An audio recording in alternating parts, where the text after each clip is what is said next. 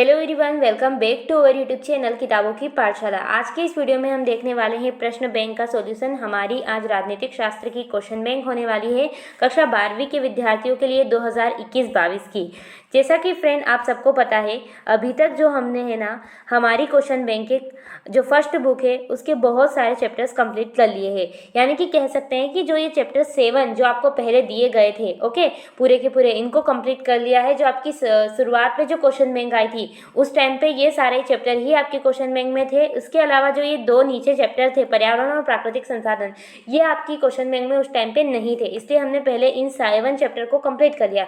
लेकिन अब आपके क्वेश्चन बैंक को वापस से अपडेट कर दिया गया है और नए जो आपके चैप्टर्स बचे हुए थे उनके भी क्वेश्चंस अपडेट कर दिए गए हैं। तो बस आज के इस वीडियो में हम इसी चैप्टर का हल देखने वाले हैं, अध्याय 8 पर्यावरण और प्राकृतिक संसाधन, और उसके बाद एक और वीडियो आएगा अध्याय 9 वैश्वीकरण, और उसके बाद आपकी पूरी की पूरी पॉलिटिकल साइंस की क्वेश्चन बैंक कंप्लीट हो जाएगी।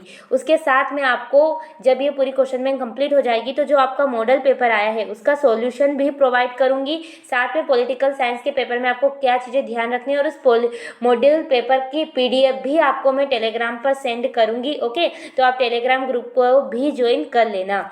चलिए, तो आज जो हमारा चैप्टर है अध्याय 8 पर्यावरण और प्राकृतिक संसाधन, इसके सॉल्यूशन को हम देखने वाले हैं। तो जल्दी से इस चैप्टर तक पहुंच जाते हैं और उसके बाद इसका सॉल्यूशन स्टार्ट करते हैं। तो जैसा कि आप स्क्रीन पर देख सकते हैं, अध्याय 8 पर्यावरण और प्राकृतिक संसाधन। चलिए शुरुआत करते हैं। सबसे पहले सही विकल्प का चयन कीजिए। फर्स्ट क्वेश्चन है, भारत के वायु प्रदूषित नगर है, कौन सा नगर है? बम्बई हुआ, कानपुर हुआ, कोलकाता या सभी? तो जब भी इस टाइप का क्वेश्चन आए तो समझ जाना कि सभी, क्योंकि कोलकाता हुआ, मुंबई हुआ, कानपुर हुआ, सभी जगह पर वायु प्रदूषण है।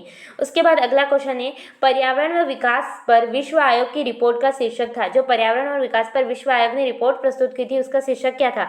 सांझी त्रासदी, मात्र एक पृथ्वी, हमारा साझा अस्तित्व या टिकाऊ विकास? तो इसका आंसर रहेगा हमारा साझा अस्तित्व।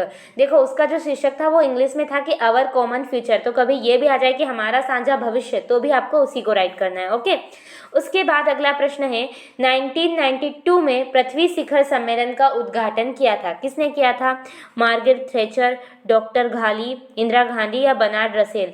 तो फ्रेंड इसका राइट आंसर रहेगा डॉक्टर घाली। अगला क्वेश्चन है हमारे सामने, 1955 में अफ्रो एशियाई सम्मेलन हुआ था, कब हुआ, कहाँ हुआ था? जकार्ता में, बांडुंग में, सिंगापुर में, हांगकांग में? तो राइट आंसर रहेगा बांडुंग में। उसके बाद अगला क्वेश्चन है हमारे सामने, ग्रीन हाउस गैस संबंधित है, किससे संबंधित है? वैश्विक ताप वृद्धि से, वैश्विक बाजार से, कोई नहीं या उपयुक्त सभी? तो राइट आंसर रहेगा वैश्विक ताप वृद्धि से। ओके, उसके बाद हमारे सामने आ जाता है सत्य असत्य। तो चलिए इनको देख लेते हैं।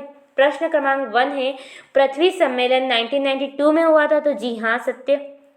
अगला क्वेश्चन है, पहला पर्यावरण शिखर सम्मेलन क्योटो में हुआ था, जी नहीं, इसका आएगा असत्य। उसके बाद अगला क्वेश्चन है, बच्चों के अधिकार के लिए यूनिसेफ संगठन है, तो जी हाँ, इसका आएगा सत्य। उसके बाद अगला क्वेश्चन है, 5 जून को विश्व पर्यावरण दिवस मनाया जाता है, जी हाँ, 5 जून को ही पर्यावरण दिवस मनाया जाता है, इसलिए इसका आएगा सत्य। अगला प्रश्न है हमारे सामने, विश्व अहिंसा दिवस 2 अक्टूबर को मनाया जाता है, जी हाँ, क्योंकि उस दिन महात्मा गांधी जी का जन्म हुआ था और वो अहिंसा के पुजारी थे, तो इसलिए ये भी क्या आएगा?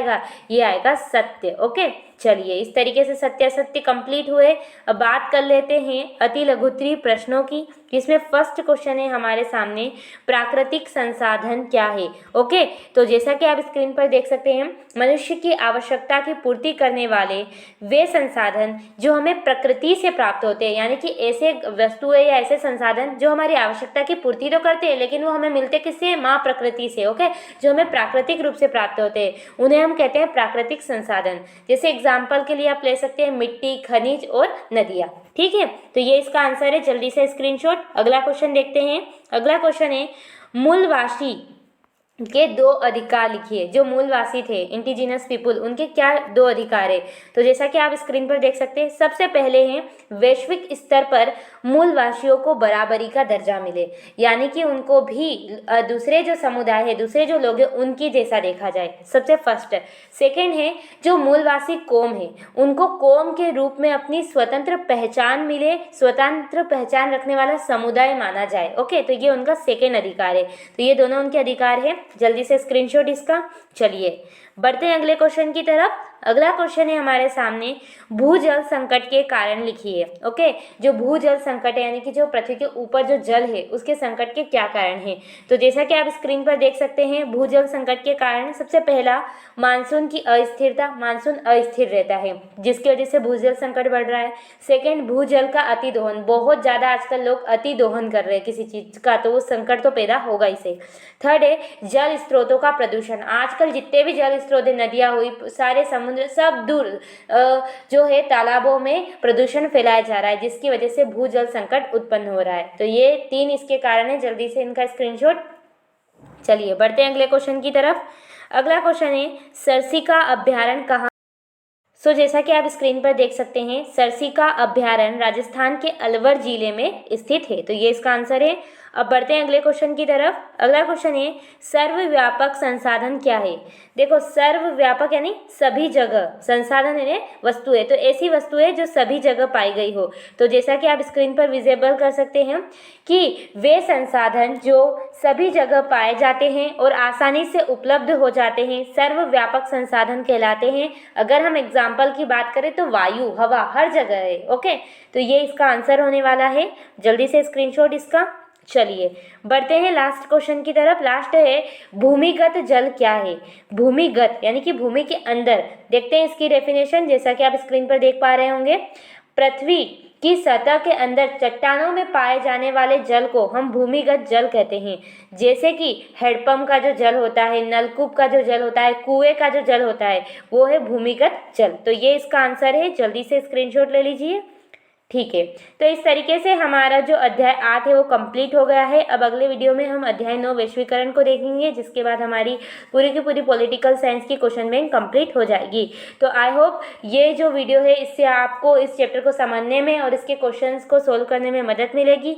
अगर ये आपके लिए थोड़ा भी बेनिफिशियल रहा है तो प्लीज़ इस वीडियो को लाइक कीजिए, शेयर कीजिए, subscribe this channel. Thanks for watching, धन्यवाद।